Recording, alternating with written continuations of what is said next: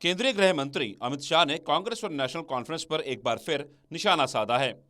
केंद्रीय गृह मंत्री दोनों पार्टियों पर जम्मू कश्मीर की जनता को गुमराह करने का आरोप लगाया है। दोनों पार्टियों पर हमलावर होते हुए उन्होंने कहा कि वंशवाद की राजनीति का दौर अब खत्म होने वाला है। जम्मू कश्मीर की जनता अब वंशवाद की राजनीति को उखाड़ फेंकेगी।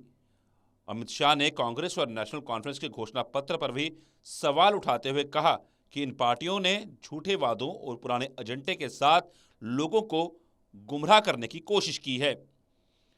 विशेषकर ये दोनों पार्टियां राज्य का दर्जा और अनुच्छेद 370 जैसे मुद्दों को लेकर लगातार जम्मू कश्मीर की जनता को गुमराह करने का प्रयास कर रही हैं।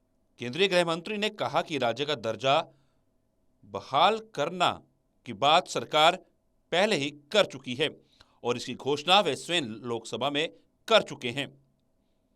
लेकिन कांग्रेस और नेशनल कॉन्फ्रेंस इसे जम्मू कश्मीर के विधानसभा चुनावों में मुद्दा बनाने की कोशिश कर रही है।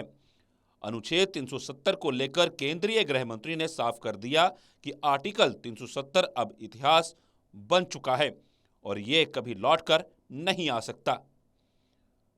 अमित शाह ने कहा कि ये वो विचारधारा थी जो युवाओं के हाथ में पत्थर थमाती थी।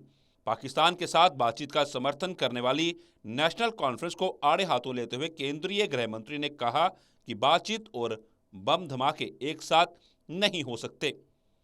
अमित शाह ने कहा कि भारतीय जनता पार्टी ने जम्मू कश्मीर के विकास के लिए कार्य किया, लेकिन अन्य राजनीतिक दल तुष्टीकरण की राजनीति में लिप्त रहे। यही पार्टियां अलगाववाद पैदा करने के लिए जिम्मेदार हैं। अमित शाह ने कहा कि जम्मू कश्मीर का पिछले 10 साल का इतिहास स्वर्ण अक्षरों में लिखा जाएगा। आर्टिकल 370 की छाया में अलगाववाद पनपा, एक के बाद एक सरकारें अलगाववादियों के आगे झुकती रहीं। जम्मू कश्मीर अब विकास और प्रगति के पथ पर अग्रसर है। उन्होंने कहा कि जम्मू कश्मीर में 59 नए कॉलेज खोले गए हैं, जिनमें से 30 कश्मीर में और 29 जम्मू में खुले हैं।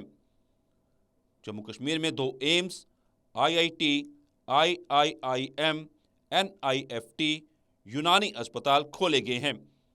पिछले 70 सालों में जम्मू कश्मीर के छात्रों को उच्च शिक्षा के लिए देश के बाकी हिस्सों में जाना पड़ता था, लेकिन अब देश के बाकी हिस्सों से छात्र उच्च शिक्षा प्राप्त करने के लिए जम्मू कश्मीर आ रहे हैं। अमित शाह ने कहा कि भाजपा उमर अब्दुल्ला को गुजरों, बकरवालों और पहाड़ियों का आरक्षण छीनने नहीं देगी। कश्मीर घाटी में कानून व्यवस्था की स्थिति में बड़ा सुधार हुआ है।